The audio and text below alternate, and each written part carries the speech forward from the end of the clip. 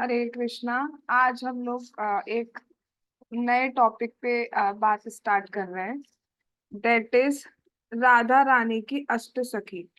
तो हम सभी ने इस्कॉन मायापुर के दर्शन अगर एक बार भी किए होंगे तो हमने ये विग्रह देखे होंगे भगवान की, जिसमें राधा माधव है और उनके साथ उनकी अष्ट सखी हैं। तो ये अस्त्र सखी भगवान को कितनी प्रिय है और ये कितनी प्रियता से सेवा करती हैं, वो आज हम थोड़ा थोड़ा जानने का प्रयास करेंगे। देखते हैं कितना हो पाता है। कुछ कुछ पॉइंट पर ही हम समझ पाएंगे, पूरा तो जितना विस्तार किया जाए उतना कम पड़ेगा। बट फिर भी कुछ ना कुछ समझने का प्रयास करते हैं। मतलब ये इतनी स्पेशल सखी है कि भगवान इनको अपने साथ ही रख रहे हैं। ऑल दो ये राधा रानी का ही एक्सपेंशन है, जितनी भी अष्ट सखियां हैं और जितनी बाकी सखियां भी हैं। लेकिन कितना स्पेशल स्थान है कि भगवान के ऑल्टर पर ही उनको स्थान मिला है पहली बार। और ये जो भी सेवा करती हैं, ये इस एटीट्यूड से करती है, इन्हें बदले में कुछ नहीं चाहिए होता। इन्हें सिर्फ भगवान कृष्ण और राधा रानी की सेवा करनी होती है, उसके बदले में इन्हें कुछ नहीं चाहिए होता है। तो हम स्टार्ट करते हैं। राधा भजने यदि मति नाही भेला, कृष्ण भजन तब अकारण गेला। क्या अर्थ है इसका? कि यदि राधा जी का भजन करने में आपकी मति नहीं जाती है तो कृष्ण का भजन करना अकारण ही जाता है, व्यर्थ ही जाता है। इसलिए हम लोग सिर्फ कृष्ण कृष्ण कृष्ण नहीं करते, हम लोग सिर्फ राधे राधे नहीं करते, हम लोग क्या करते हैं? हरे कृष्णा कृष्ण कृष्ण हरे हरे, हरे राम राम राम हरे हरे। क्योंकि हमें राधा और कृष्ण दोनों को पसंद करना है। जब हम राधे रानी का नाम लेते हैं तो भगवान कृष्ण प्रसन्न होते हैं, जब हम कृष्ण का नाम लेते हैं तो राधा रानी प्रसन्न होती हैं। राधा रानी में बहुत सारे गुण हैं, अनंत गुण हैं। और एक जो मुख्य गुण है, मेन गुण है, वो ये है कि वो भगवान कृष्ण को भी आकर्षित कर लेती है। भगवान कृष्ण सबको आकर्षित करते हैं, इसलिए उनका नाम कृष्ण है। कृष्ण मतलब ऑल अट्रैक्टिव, सर्व आकर्षक। बट जो भगवान कृष्ण को भी आकर्षित कर लेती है, अट्रैक्ट कर लेती है, वो है श्रीमती राधा रानी। अब ये क्यों करती हैं इतना आकर्षित? ये जो उनका संबंध है राधा रानी और कृष्ण, ये एक प्रेमी प्रेमिका मात्र नहीं है। पहले हमें इनको तत्व को समझना चाहिए। राधा तत्व बहुत गुह्य तत्व है, बहुत ही कॉन्फिडेंशियल तत्व है। राधा पूर्ण शक्ति, कृष्ण पूर्ण शक्तिमान, दोई वस्तु भेद नाही, शास्त्र वेद प्रमाण। राधा जी जो है वो पूर्ण शक्ति है, और ये और कृष्ण जो है वो पूर्ण शक्तिमान है। इन दोनों में कोई भेद नहीं है। ठीक है, ये सारे शास्त्रों का, वेद का प्रमाण है कि इन दोनों में कोई भेद नहीं है, एक ही है। ये भगवान की ही अलादिनी शक्ति है जो कृष्ण को आनंद देती है। जब भगवान की इच्छा हुई कि मुझे अब आनंद चाहिए, तो उनकी शक्ति, अलादिनी शक्ति ने जब रूप लिया, तो वो राधा रानी है। ठीक है, तो राधा जी और कृष्ण में कोई भेद नहीं है। कई बार लोग क्वेश्चन करते हैं कि विवाह नहीं हुआ, विवाह नहीं हुआ। अरे विवाह तो दो लोगों के बीच में होता है ना। दो लोग अलग, अपने आप से तो कोई विवाह ही नहीं कर सकता ना। जब राधा कृष्ण एक ही है तो वो अपने आप से कोई क्या विवाह करेगा? पहली बात। दूसरी बात, हाँ ठीक है, भगवान ने गुप्त रूप से भांडर वन आदि जगह पे विवाह किया है, लेकिन अपने से कोई विवाह करने की जरूरत नहीं है उन्हें। ठीक है। इनको कभी कभी भी इनको अलग किया ही नहीं जा सकता है। रास मंडल में प्रकट हुई, इसलिए इनका नाम रा। और प्रकट होते ही ये भागने लगी, भागना मतलब धा, तो इसलिए इनका नाम पड़ा राधा। ऐसा नहीं, कोई टाइम नहीं है, इनका शाश्वत नाम है। बट राधा का मतलब क्या हो गया? रा रिप्रेजेंट करता है जो रास मंडल में प्रकट हुई, और धा मतलब भागने लगी, कृष्ण की सेवा करने के लिए भागने लगेंगी। कि मुझे उन्हें प्रसन्न करना है, उनके लिए ये सेवा करनी है, उनके लिए ये लाना है, तो कृष्ण की सेवा करने के लिए वो भागने लगी, इसलिए इनका नाम राधा है। ये मूल शक्ति है, बाकी जितनी भी शक्तियां हैं वो इनसे ही आती हैं। जितनी देवियां हैं, जितनी शक्तियां हैं, वो सब श्रीमती राधा रानी से ही आती हैं। तो इसका क्या प्रूफ है कि जितनी भी शक्तियां हैं वो राधा रानी से आती हैं, दुर्गा देवी आदि जितनी भी शक्तियां हैं?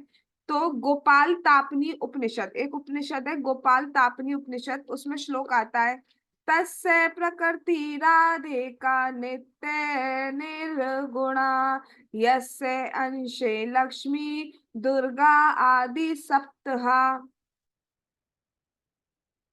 ठीक है, तो ये क्या है कि जो भगवान कृष्ण है, उनकी जो मूल शक्ति है वो राधा रानी है, जो कि नित्य निर्गुण है।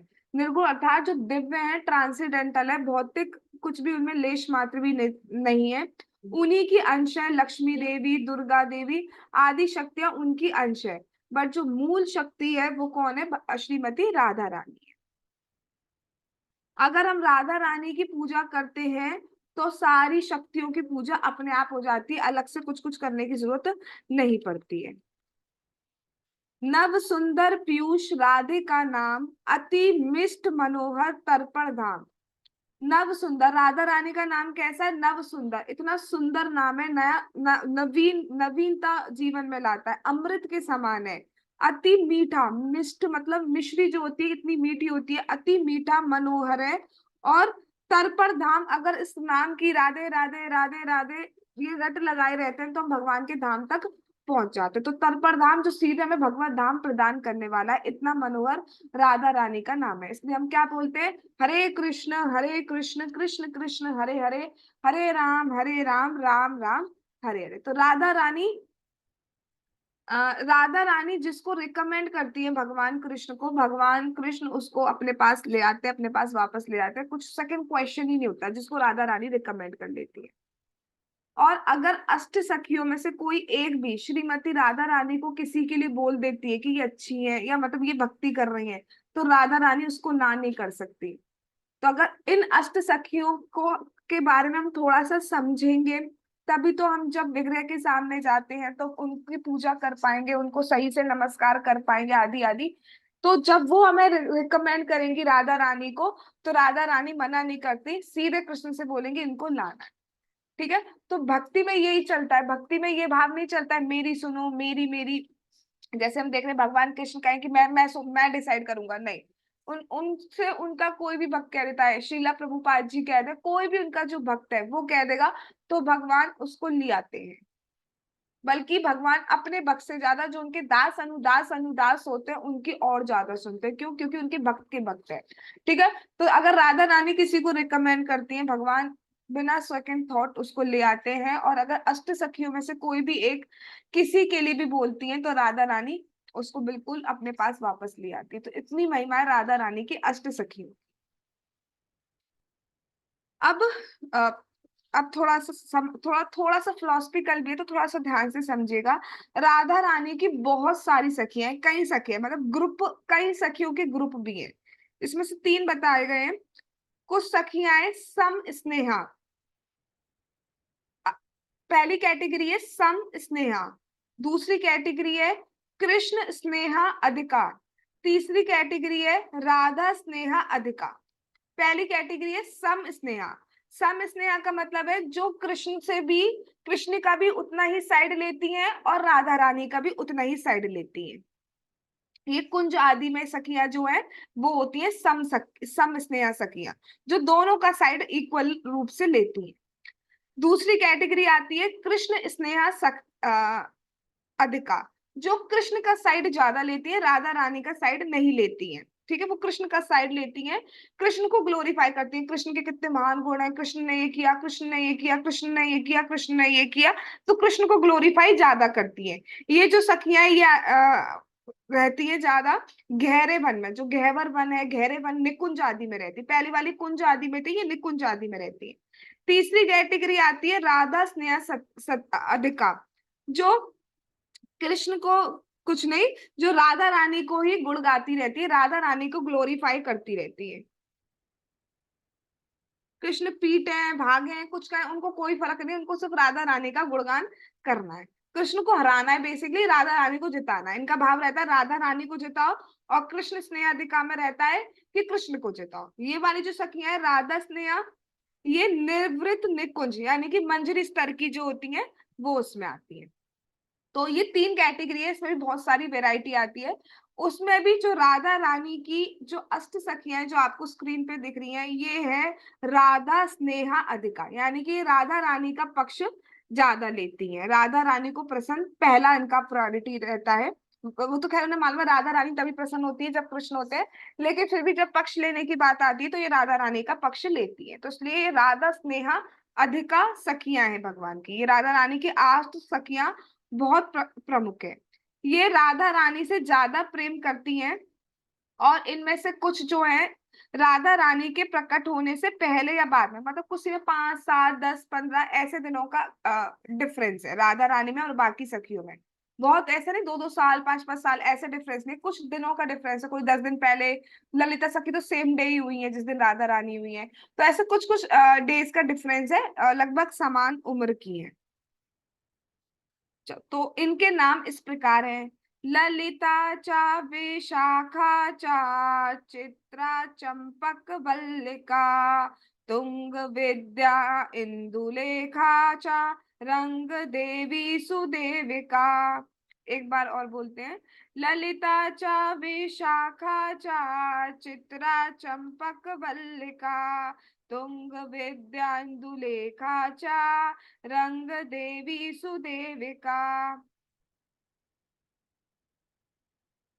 ठीक है, तो क्या क्या नाम है 8 सखियों के? ललिता, विशाखा, चित्रा,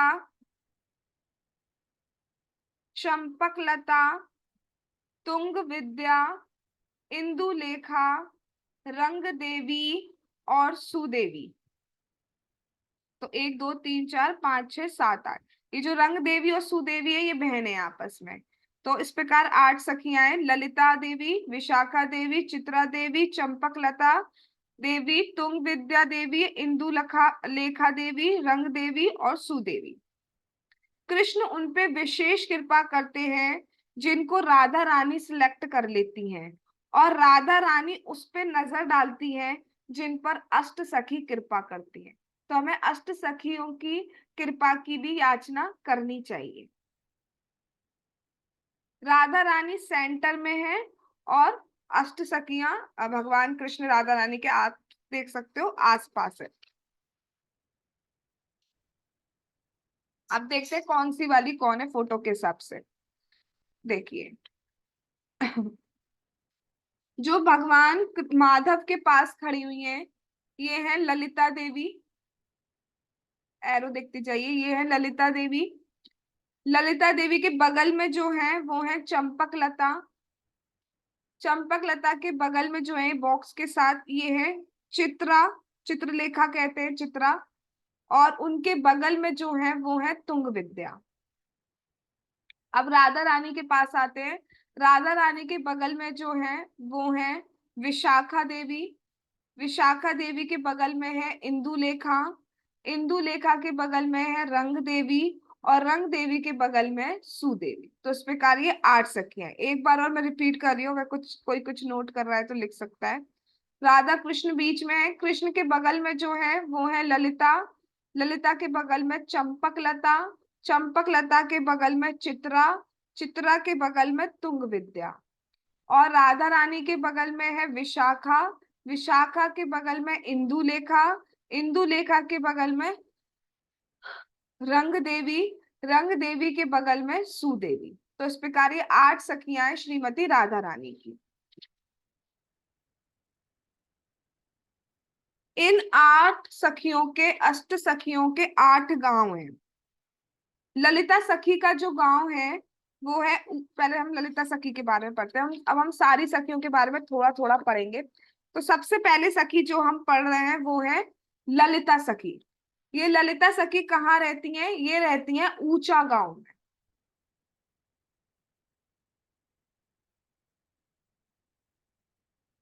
ऊंचा गांव में रहती हैं।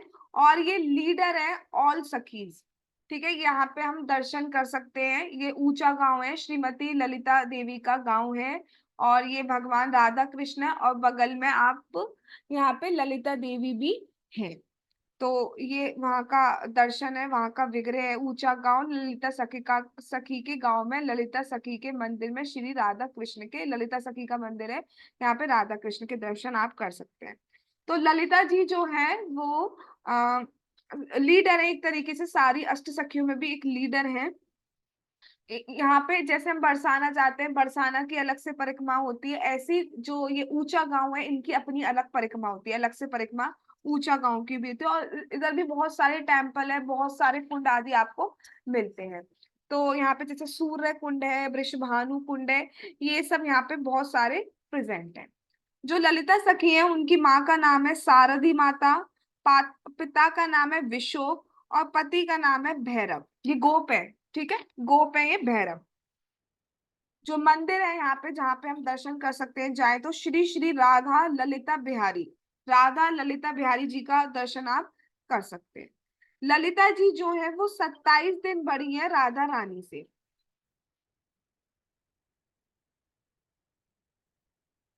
आ, इनका जो कॉम्प्लेक्शन है वो येलो कलर का है, जैसे राधा रानी का गोल्डन कॉम्प्लेक्शन है, बट ललिता देवी का जो कॉम्प्लेक्शन है वो येलोइश है। और ये जो नित्य ड्रेस जो है इनकी, नित्य ड्रेस मतलब नित्य लीला में जो गोलोक में ड्रेस है इनकी, वो पीकॉक फेदर की ड्रेस ही पहनती है। ऐसे तो टेम्पल में हम बहुत सारी टाइप की ड्रेस पहनी जाती है, लेकिन अगर हम नित्य लीला की बात करें तो उसमें जो ये ड्रेस पहनती है ललिता देवी, वो पीकॉक फेदर ड्रेस पहनती है। अच्छा, इनकी सेवा क्या है, इनको सबसे ज्यादा पसंद क्या है? ये राधा रानी को हमेशा ये सिखाती रहती हैं कि कृष्ण को नीचा कैसे दिखाना है, ठीक है। उनको समझाती हैं आप राधा हो, आप वृंदावनेश्वरी हो, तो ऐसे करके उनको समझाती हैं। और जितनी भी कॉन्फ्लिक्ट होती हैं बेसिकली श्रीमती राधा रानी, कॉन्फ्लिक्ट नहीं बोलना चाहिए, जो भी लीलाएं होती है मान लीला आदि, तो जितनी भी होती है राधा और कृष्ण के बीच में, उनका जो मूल कारण है वो है ललिता देवी। बट ऐसा नहीं है कि उनकी, जैसे आजकल के समाज में देखा जाता है कि दो लोगों के बीच में कोई लड़ाई करा रहा है और वो उससे खुश हो रहा है, यहाँ पे ये नहीं है। यहाँ पे क्या है कि अगर श्रीमती राधा रानी मान में भी जाती है तो कृष्ण उनको मनाते हैं, और वो इतना गहरा प्रेम का संबंध होता है कि और पास आते हैं, तो वो लीला का पार्ट है। इस तरीके से वो लीला करती है, कोई गलत भाव से नहीं। ये रसिक भाव है, इससे प्रेम रस भरता है और ज्यादा आनंद आता है। भगवान राधा रानी को मनाते हैं, मान भंग करते हैं, तो इससे और ज्यादा मतलब एक दूसरे के करीब करीब बोले, या मैं तो अपनी मतलब इस मटेरियलिस्टिक लैंग्वेज में ही वर्णन कर सकती हूँ। मतलब भाव की बात तो मैं क्या ही करूंगी, कि श्रीमती राधा रानी और जब भगवान के बीच में ये मान आदि वाली लीलाएं होती हैं, तो ये लीलाएं और प्रेम का आस्वादन कराती हैं, भगवान को और ज्यादा अच्छा लगता है। हम लोग समझ नहीं पाते कि हम चाहते लाइफ कॉम्प्लिकेटेड ना हो, इजी लाइफ रहे, कोई लड़ाई नहीं आए, कोई प्रॉब्लम नहीं आए। बट रस तब ज्यादा आता है जब ऐसी छोटी छोटी चीजें होती हैं, तब रस ज्यादा होता है। सिंपल लाइफ चलती रहेगी तो भी रस नहीं मिलता है, हमें भी लाइफ में कुछ ना कुछ चाहिए होता है। तो इस रस की दृष्टि से ये लीलाएं श्रीमती ललिता सखी कराती हैं।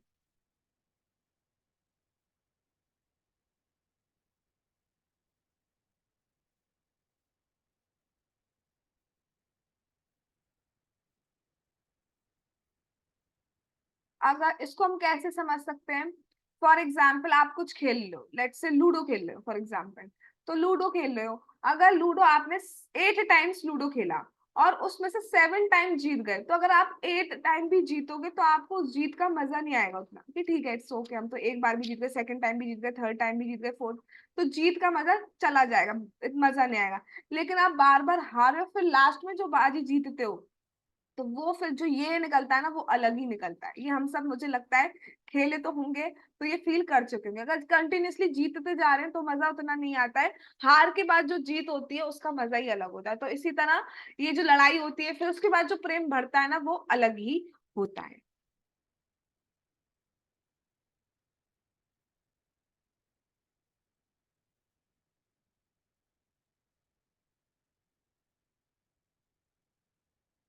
भगवान कृष्ण जो है वो सबके पति हैं, क्योंकि वो सबका पालन करते हैं।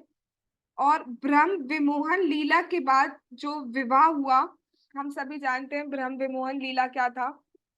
जब अगासुर का वध हुआ, उसके बाद भगवान कृष्ण और जितने भी गोप आदि थे, वो यमुना जी के किनारे खाने आदि बैठ गए थे, और जो बछड़े आदि थे वो घास वगैरह चर रहे थे। तो क्या हुआ, बछड़े थोड़े से अंदर चले गए घास आदि खाने, और भगवान कृष्ण अपना कलेवा खा रहे थे और दोस्तों के हाथों से छीन रहे थे। कोई गोप कह रहा था कि कृष्ण, मेरी माता ने, आप मेरी मैया ने आपके लिए बहुत सुंदर भोग रखा है, कृपया आंखें बंद करो तब मैं खिलाऊंगा। भगवान आंखें बंद कर लेते कि अभी कुछ खिलाएगा, लेकिन वो फूल डाल देते थे उनके मुख में। या कभी कभी भगवान, कभी कभी दूसरे सखा क्या कहते थे, ये तो बहुत मीठा रसगुल्ला है, ये तो मैं किसी को भी नहीं दूंगा, जान के वो चाहते थे कि कृष्ण छीने, कृष्ण ले, लेकिन जान के ऐसे करते थे मैं ये किसी को भी नहीं दूंगा, कृष्ण तुम्हें भी नहीं दूंगा। तो फिर कृष्ण उनके आधा ही छीन लेते थे और खा जाते थे। तो जब ये सब चीजें देख रहे थे ऊपर से ब्रह्मा जी, तो वो गए विमोहित, ये कैसे भगवान है भैया, हमने तो सुना है ये भगवान है, ये कैसे भगवान है। एक हाथ में दही चावल लिए हुए हैं भगवान, छोटे से हाथ में दही चावल है, और एक हाथ में उंगलियों के बीच में नींबू का अचार फंसा हुआ है। ये कैसे भगवान है, मतलब ये ऐसे खा रहे हैं और झूठा खा रहे हैं, कोई फूल खिला रहा है इनको, ये कैसे भगवान है, हमें तो नहीं समझ में है। चलो चेक किया जाए। तो चेक करने के कारण क्या करा उन्होंने, जितने भी बछड़े थे उनको ले गए वो, और फिर जितने भी दोस्त थे वो उनको देखने के लिए उधर गए बछड़ों को देखने के लिए, तो सारे गोप सखाओं को ब्रह्मा जी ने चुरा लिया, इनको चुरा लिया। अब कृष्ण ने देखा, तो कृष्ण तो भगवान है, वो सब समझ गए कि ये सब ब्रह्मा जी ने किया है। और कृष्ण ने क्या किया, अपने आप को एक्सपेंड कर लिया, मतलब अपने आप को बछड़ों में एक्सपेंड कर लिया, अपने आप को सारे ग्वाल सखाओं में एक्सपेंड कर लिया, कपड़ों में, लकुटी में, और जो बांसी, मतलब एक एक चीज में अपने आप को एज इट इज, जैसा वो दिखते थे पहले एज इट इज एक्सपेंड कर दिया। उधर क्या हुआ, जो ब्रह्मा जी थे वो अपने ब्रह्मलोक पहुंचे, सबको रखा और फिर दोबारा लौट के आए। इतने में ही टाइम, 1 साल का टाइम निकल गया देख के आने में, क्योंकि वहां का जो टाइम चलता है वो अलग चलता है, यहाँ का टाइम अलग चलता है, तो यहाँ से यहाँ तक आने में 1 साल चला गया। और इधर भगवान जब अपने गांव पहुंचे, तो वहां पे तो सबको और ज्यादा अपने बच्चों से प्रेम आ रहा है। क्यों आ रहा है, क्योंकि है तो सब कृष्ण ही। सबको समझ में, बलराम जी उस दिन नहीं गए हुए थे, क्योंकि उनका उसी दिन बर्थडे था एक तरीके से, तो वो उस दिन नहीं गए थे इस लीला में। तो उन्हें समझ में नहीं आ रहा है कि ये सब लोग तो कृष्ण के पीछे पागल होते थे, आज ये अपने अपने बच्चों के पीछे कैसे पागल हो, क्योंकि वो सब कृष्ण है, तो उनको अनायास ही उनमें प्रेम इतना हो रहा है। तो ये लीला हुई थी। तो ये देख के फिर उसके बाद क्या हुआ था, जो 1 साल का टाइम हुआ उसी में सारे गांव में ये डिसाइड किया गया कि विवाह कर देते हैं, तो जितनी भी गोपियां थी उनका उन ग्वालों से विवाह कर दिया, जबकि अल्टीमेटली वो ग्वाले कौन थे, स्वयं भगवान कृष्ण थे। इसलिए एक तरीके से सबका विवाह किससे हुआ था, कृष्ण से हुआ था। इसलिए कोई ये नहीं कह सकता ये उसका पति, सब भगवान कृष्ण का ही एक्सपेंशन था। ललिता सखी जो है, उनकी सेवा क्या है, ये फूल माला बनाती हैं भगवान के लिए, अलग अलग सुंदर सुंदर फूलों की। सब भगवान कृष्ण को सफेद फूल बहुत पसंद है, और खुशबू वाले फूल भगवान को बहुत पसंद है, तो उनकी मालाएं बनाती हैं। पुष्पों से राधा रानी को सजाती है, उनका श्रृंगार करती है। इस मंदिर में एक शिला भी प्रेजेंट है, जो ललिता सखी, जब यहाँ ललिता सखी थी वहां, तभी से वो प्रकट हुई थी, वो एक शिला भी यहाँ पे प्रेजेंट है। यहाँ पर एक देह कुंड भी है, यहाँ पर हम ऊंचा गांव में जाते हैं तो वहां पर एक देह कुंड भी है। यहाँ पे देह कुंड का अर्थ क्या है, कि यहाँ पर क्या हुआ था, यहाँ पर सखियों ने अपना शरीर, मन, वचन, बुद्धि सब कृष्ण को समर्पित कर दिया था, तो वहां पर ये है। उसके पास ही एक त्रिवेणी कुंभ नामक एक कुआ है। ऊंचा गांव की ही बात किया जा रहा है, वहां पे त्रिवेणी कुंभ नामक एक कुआ है, यहाँ पर संगम है तीनों नदियों का, गंगा, यमुना आदि इन सब नदियों का संगम है। अब हम एक तरीके से देखते हैं कि अगर हम ब्रज में हैं, और ब्रज में अगर हम हैं, तो आप देखो सारे तीर्थ भगवान ने वहां पे प्रेजेंट कर दिया, अलग से कुछ करने कहीं जाने की जरूरत नहीं है। जैसे प्रयाग में हमें संगम मिल पाता है, वहां पे जाके दर्शन करने मिलते हैं, लेकिन भगवान ने त्रिवेणी वो वहां पे वृंदावन में ही, अर्थात ऊंचा गांव में बना दिया। केदारनाथ है ब्रज में, आप देख सकते हो, बद्रीनाथ है, सारे मानसी गंगा लिया है, सब कुछ वही लिया है, जिससे कि कोई कहीं और जाए ही नहीं, यही रहो। अपने नंद बाबा को, अपनी यशोदा मैया को कहीं जाने ही नहीं दिया, यही रहो। सारे तीर्थ प्रेजेंट है हमारे ब्रज में, जो संसार में है उससे इवन 1000 गुना ज्यादा फल देने वाले। तो जो ब्रज में है उसे कहीं और जाने की जरूरत नहीं है। 84 कोस से बाहर जाने ही नहीं देते थे नंद बाबा को, यशोदा मैया को, यही रहो, 84 कोस की यात्रा करते रहो, और कहीं जाने की जरूरत नहीं है।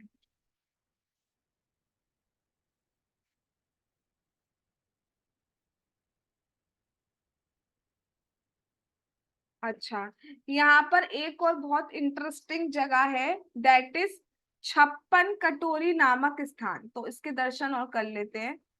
ये है 56 कटोरी, यहाँ पर ये जगह है, यहाँ पे आपको दिख रहा है छोटी छोटी कटोरियां बनी हुई हैं, और एक तरीके से दिखाती हूँ, ऐसा देखो, देखो ऐसे कटोरियां सी बनी हुई है, इसमें देखो सेब रखा है, और इसमें पता नहीं क्या है, बादाम है क्या है।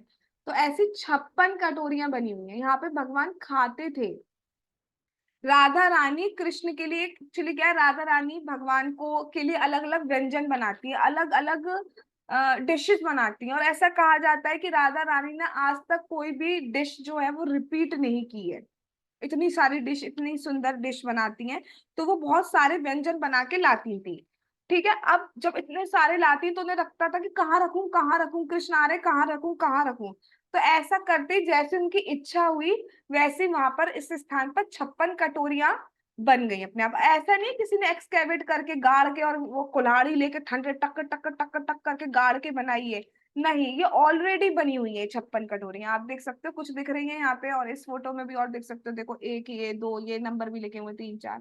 तो ऐसे 56 कटोरियां बनी हुई है, और इसमें वो भर देती थी किसी में दाल चावल, और जो भी डिश बनती है वो सब ऐसे भर भर के, मिठाइयाँ दही, ये सब भर देती थी 56 कटोरियों में। तो यहाँ पे भगवान खाते थे। और एक, ये तो यहाँ पे ऊंचा गांव में 56 कटोरी नामक स्थान, अगर हम काम में वन में जाते हैं तो वहां पे भोजन थाली स्थान है। वहां पे थालियां बनी हुई है प्रॉपर, और उसमें भी कटोरियां हैं, तो उसमें उसमें तो आज भी जाके लोग भी खा सकते हैं। थोड़ी सी सेवा के लिए पैसा देना होता है, सेवा के समझ के, हमें दक्षिणा समझ के दे देना चाहिए। लेकिन वहां पे ऐसा है, क्योंकि भगवान जैसी इच्छा करते हैं ना, जो पूरी योग माया शक्ति है वो उसी की तरह से लग जाती है भगवान की इच्छा को पूर्ति करने में। यहाँ पर एक बलराम जी का भी मंदिर है, रेवती बलराम मंदिर। तो ऐसा कहा जाता है कि पहले यहाँ जो विग्रह है राम जी, बलराम जी का, वो सफेद विग्रह था। लेकिन कृष्ण कृष्ण सुनते सुनते वो विग्रह कृष्ण कृष्ण बोलता था, और वो विग्रह काले हो गए, मतलब कृष्ण रूपी हो ले लिए एक तरीके से, कृष्ण बोलते बोलते काले हो गए। और इनकी एक और सेवा है, आप ललिता सखी को देखते हो कि इनके हाथ में हमेशा एक बॉक्स होता है, और उसमें वो तांबुल पान की सेवा करती हैं, भगवान को पान देती हैं। ठीक है, अब पान का अर्थ ये नहीं है कि हमें पान खा लेना चाहिए हमें जैसे कि एक बार प्रभु जी बता रहे थे कि एक जयपुर की साइड आई थिंक टेम्पल है, तो वहां पे तांबुल सेवा, मतलब जैसे प्रसादी पान मिलता है। अब वो कहने लगे कि उन्हें डर था कि उन्हें प्रसाद में पान नहीं मिल जाए, क्योंकि मना भी नहीं कर सकते, क्योंकि भगवान का प्रसाद है कृष्ण का। और अगर ले लिया तो प्रभुपाद जी की अवज्ञा हो जाएगी, क्योंकि प्रभुपाद जी ने ये सब चीजें मना करी हुई है हमें। तो वो बता रहे थे कि जैसे वो पान दे रहे थे, जो पुजारी जी थे, वो एक पान, दो पान, टोटल 8 पान थे, 3 पान 7 पान। अब 8वां पान उनको ही देने वाले थे, पीछे पीछे किसी को दे दिया 8 पान। प्रभु जी को इतनी शांति मिली, तो क्योंकि वो भगवान से प्रे करने लगे कि वो प्रभुपाद जी कभी वो नहीं कर सकते। तो वो भगवान के लिए, भगवान की सेवा के लिए, भगवान के भोग के लिए, हमारे लिए नहीं है। ठीक है, कि कई बार लोग भगवान की आड़ में अपना अपना सेंस ग्रेटिफिकेशन करने लग जाते हैं, तो वो हमें नहीं करना चाहिए। तो इनकी सेवा है भगवान को पान आदि देना। हमेशा उनके हाथ में बॉक्स रहता है, और वो देती है। दूसरी सखी जो है वो विशाखा देवी है, जो आप राधा रानी के बगल में देख सकती हैं। इनकी माता का नाम दक्षिणा है, पिता का नाम पावन है, और पति का नाम जो है वो वाहिक गोप है इनका नाम। ये उसी दिन, हाँ मैंने गलती से ललिता जी बोलिए, था विशाखा जी उसी दिन प्रकट हुई है जिस दिन श्रीमती राधा रानी हुई है, सेम डे ही विशाखा देवी प्रकट हुई है। इनका जो कॉम्प्लेक्शन है वो येलोइश और ब्लूइश मिक्स है, येलो ब्लू है। जैसे कि जब हम सूर्य सुबह सुबह जब हम देखते हैं, बिल्कुल जब सन रेज आती हैं, थोड़ा ब्लूइश येलोइश जो कॉम्प्लेक्शन होता है, वैसा इनका कॉम्प्लेक्शन है। इनकी जो नित्य ड्रेस है वो है स्टार लगी हुई, मतलब ड्रेस में सितारे लगे हुए, सितारे जड़ी हुई ड्रेस ये पहनती हैं। देखने में ये बिल्कुल राधा रानी की रेप्लिका लगती है, बिल्कुल राधा रानी ही लगती हैं। और इनका भाव क्या है कि ये कहती हैं मुझे राधा रानी की किंकरी बनना चाहती है। किंकरी मतलब उनके लिए मिनियल सर्विस सर्विस करना चाहती है, मतलब जो बोले वो करेंगी, नीचे से नीची सेवा। और कभी ऐसा नहीं, फॉर एग्जाम्पल दो सेवा, एक सेवा में आपका नाम हो रहा है, दूसरे में किसी को पता नहीं चल रहा है, तो हम क्या करेंगे, हम वो सेवा करेंगे जिसमें दिखे लोगों को, लोग समझ पाए अरे वाह क्या करा। ठीक है, बट ये मिनियल सर्विस सर्विस जो होती है वो करना चाहती है, जिससे बस राधा रानी प्रसन्न हो, और उसके बदले में इन्हें कुछ नहीं चाहिए होता। ये तो सबका ये है, उन्हें कुछ नहीं चाहिए होता है। ललिता जी जो थी वो तो फाइट करवाती हैं, और ये सेटलमेंट करवाती है विशाखा जी। ये सारी हम जितनी भी लीला सुनते हैं उनका सेटलमेंट जो करवाती हैं वो विशाखा सखी कराती है। इनके गांव का नाम जो है वो है कमाई गांव। ललिता सखी का गांव कौन सा था? ऊंचा गांव। इनका गांव जो है वो है कमाई गांव। यहाँ पर एक विशाखा कुंड है जहां पर विशाखा देवी आज भी रोज स्नान करती हैं, और शुद्ध भक्त ये सब देख पाते हैं। इनकी सेवा क्या है कि ये राधा रानी को ऑर्नामेंट पहनाती हैं। ऑर्नामेंट्स, आभूषण, ज्वेलरी, ये सब ये पहनाती हैं। और सेफ्रॉन स्टार की ये साड़ी पहनती है। तीसरी जो हमारी आती है वो है चंपक लता देवी। चंपक लता आप देख सकते हो, ललिता सखी के बगल में जो खड़ी है वो है चंपक लता देवी। इनके गांव का जो नाम है वो है खैरला गांव। ये चवर ढुलाती हैं भगवान को, फैन। और इनकी माँ का नाम वाटिका है, पिता का नाम आराम है, पति का नाम चंडाक्ष है। ये नीले वस्त्र पहनती हैं, नित्य वस्त्र जो है वो नीले वस्त्र है इनके। रूप इनका चंपक पुष्पों जैसा, एकदम सफेद, ऐसा चंपक पुष्पों जैसा इनका रूप है। ये राधा रानी के जस्ट डे आफ्टर, एक दिन बाद प्रकट हुई है। और ये कैसी है? ये लॉजिक्स देने में बहुत एक्सपर्ट है। बहुत, किसी भी चीज के लॉजिक जो जब देखने होते हैं तो चंपक लता देवी देखती है। और इनकी क्या सेवा है? जैसा नाम समझ में आ रहा है, चंपक लता जो वृक्ष है भगवान के, जो वन यूज, वन मतलब भगवान की लीलाओं में जो वन है, जो वृक्ष है, जो लताएं हैं, पुष्प चयन है, इनकी केयर टेकर करती है। कि भगवान की लीला में इन सबका, वृक्षों का, वनों का बहुत गहरा स्थान है, हम सभी जानते हैं राधा कृष्ण की लीलाओं में। तो ये उन सबका केयर टेकर है। इनको बहुत अच्छे से वृक्ष को रखना, कि भगवान को कोई भी चलने में, रास्ते में कोई प्रॉब्लम नहीं हो, सुंदर सुंदर खुशबूदार फूल लेके आना, ये सब इनकी सेवा है। चौथी सखी जो है हमारी चित्रा देवी, ये चंपक लता के बगल में जो है वो चित्रा देवी है। इनके गांव का नाम जो है वो चिकसौली गांव, सुना होगा, चिकसौली गांव इनका गांव का नाम है। इनकी माता का नाम चर्चिका, पिता का नाम चतुर, और पति का नाम पीठर गोप है, पीठर। इनकी सेवा है, ये भगवान को, राधा कृष्ण को माला पहनाती हैं। और ये राधा रानी से 26 दिन छोटी है, 26 दिन यंगर देन श्रीमती राधा रानी। इनका जो कॉम्प्लेक्शन है वो रेडिश है, लालिमा युक्त है, लाल कलर की है एक तरीके से। और ये क्रिस्टल क्रिस्टल टाइप के, मतलब स्फटिक मणि जो होती है, क्रिस्टलिक कपड़े पहनती हैं ये एस्ट्रोलॉजी में बहुत एक्सपर्ट है। तो जिसको एस्ट्रोलॉजी का ज्ञान लेना, वो चित्रा देवी की शरण ले सकता है। और ये राधा रानी के साथ कुकिंग भी करती हैं, और हर टाइप की लैंग्वेज जानती हैं। तो ऐसा कई बार बताते हैं कि जैसे फॉर एग्जाम्पल एक तोता और एक फीमेल तोता, यानी जिसको सारी बोला जाता है, वो जैसे कुछ बातें कर रहे होते थे। तो श्रीमती राधा रानी पूछते हैं ये क्या बातें कर रहे हैं?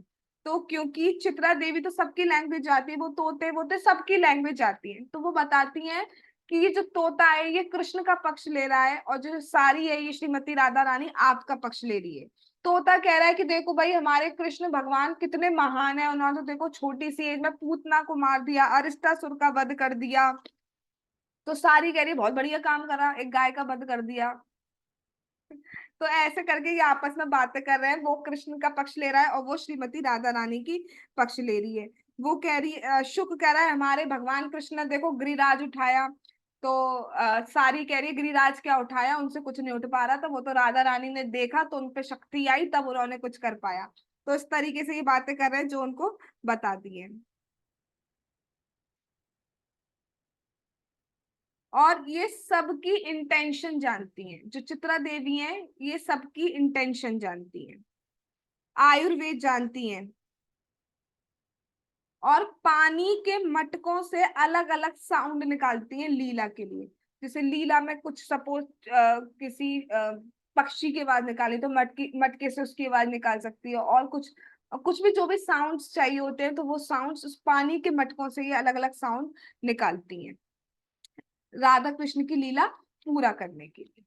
ये चित्रा देवी की है। तो आप देखते हो कितना प्रेम है अपने लिए, कुछ नहीं, सिर्फ राधा कृष्ण की लीला को बहुत सुंदर बनाने के लिए, उनको और आनंद देने के लिए। पांचवी जो सखी है हमारी वो है तुंग विद्या, जो कि ये चौथे नंबर पर है चित्रा देवी के बगल में, तुंग विद्या। इनका जो गांव है वो है धावोरा गांव। धावोरा मतलब होता है आंसुओं की धारा से बना कुंड। यहाँ पे क्या हुआ था, क्यों उसका गांव का नाम धावोरा गांव पड़ा? जब भगवान कृष्ण और राधा रानी साथ होते थे, तो कई बार ऐसा होता था साथ होते होते भी वो इस भय से रोते थे कि हम जल्दी अलग हो रहे हैं, अलग हो जाएंगे, अब तो हमें जाना होगा, दूर होना होगा। तो उस टाइप से वो साथ होते हुए भी बहुत रोते थे। तो उस उन अश्रुओं से बना जो कुंड है, और उस गांव का नाम पड़ा धावोरा गांव। ये जो तुंग विद्या है, ये स्ट्रेटेजीज करती हैं भगवान कृष्ण को श्रीमती राधा रानी को मिलाने के लिए, तो स्ट्रेटेजी में ये बहुत एक्सपर्ट है। ये 15 दिन छोटी है राधा रानी से। इनका भी कॉम्प्लेक्शन रेडिश है, और ये भी वाइट ड्रेस पहनती हैं। इनकी सेवा क्या है, ये नए नए प्रकार के सुर लगाती हैं, गाने गाती हैं, ताल लगाती हैं, इंस्ट्रूमेंट्स बजाती हैं, जिससे राधा रानी का मन शांत करती है। अगर अगर कभी कभी राधा रानी मान में होती है, गुस्से में होती है, तो ऐसे सुर लगाते हैं कि उन्हें हंसी आ जाती है, या उनका मन शांत हो जाता है, या उन्हें अच्छा लगता है, तो सुर बजाती हैं ये। इनकी माँ का नाम है, वीणा बजाती हैं, तो इंस्ट्रूमेंट प्लेयर है ये। इनकी माँ का नाम मेधा, पिता का नाम पुष्कर, और पति का नाम बालिशकोप है। उसके बाद आते हैं हम विशाखा सखी के बगल में, जो हमारी 6 नंबर की अष्ट सखी है, इंदुलेखा। इंदुलेखा का जो गांव है दैट इज अंजनौखा गांव। अंजनौखा गांव क्या है, क्यों पड़ा इसका नाम? एक बार क्या हुआ कि श्रीमती राधा रानी भगवान कृष्ण से मिलने जा रही थी, तो उसके लिए थोड़ा श्रृंगार आदि कर रही थी। तो उतने में उनको भगवान की वेणु सुनाई दी, वेणु की आवाज सुनाई दी। अब वेणु की आवाज सुनते ही तो सबका मन भाग जाता है, तो वो सीधे भाग के चली गई। ठीक है। अब जब वो भगवान कृष्ण के पास पहुंची, तो भगवान ने तो बहुत कहा बहुत सुंदर है, लेकिन एक एक कमी रह गई राधे। क्या? कि आप काजल लगाना भूल गई हो। तो फिर भगवान ने क्या किया था, वहीं पर एक शिला थी, पत्थर टाइप का शिला टाइप की थी, उसको बस ऐसे किया और उसमें से काजल निकला। और वो काजल उन्होंने श्रीमती राधा रानी के लगा दिया। और वो शिला आज भी प्रेजेंट है ऑल्टर में। और कहते हैं उसमें से आज भी जब ऐसे किया जाता है तो काला रंग काजल निकलता है। और डीटी जो वहां के डीटी है उस टेम्पल में, उनका श्रृंगार उसी से किया जाता है। तो इसलिए इस गांव का नाम पड़ा अंजनों का गांव। ये 3 डेज यंगर है श्रीमती राधा रानी से। इनका जो रंग है वो टेंड है, टेंड मतलब थोड़ा सांवला रंग है इनका। और ये अनार के रंग के वस्त्र पहनती हैं। इनके पिता का नाम सागर है, माता का नाम बाला है, और पति का नाम जो है वो दुर्बल गोप है। 7th नंबर पे जो आती हैं वो आती हैं रंग देवी।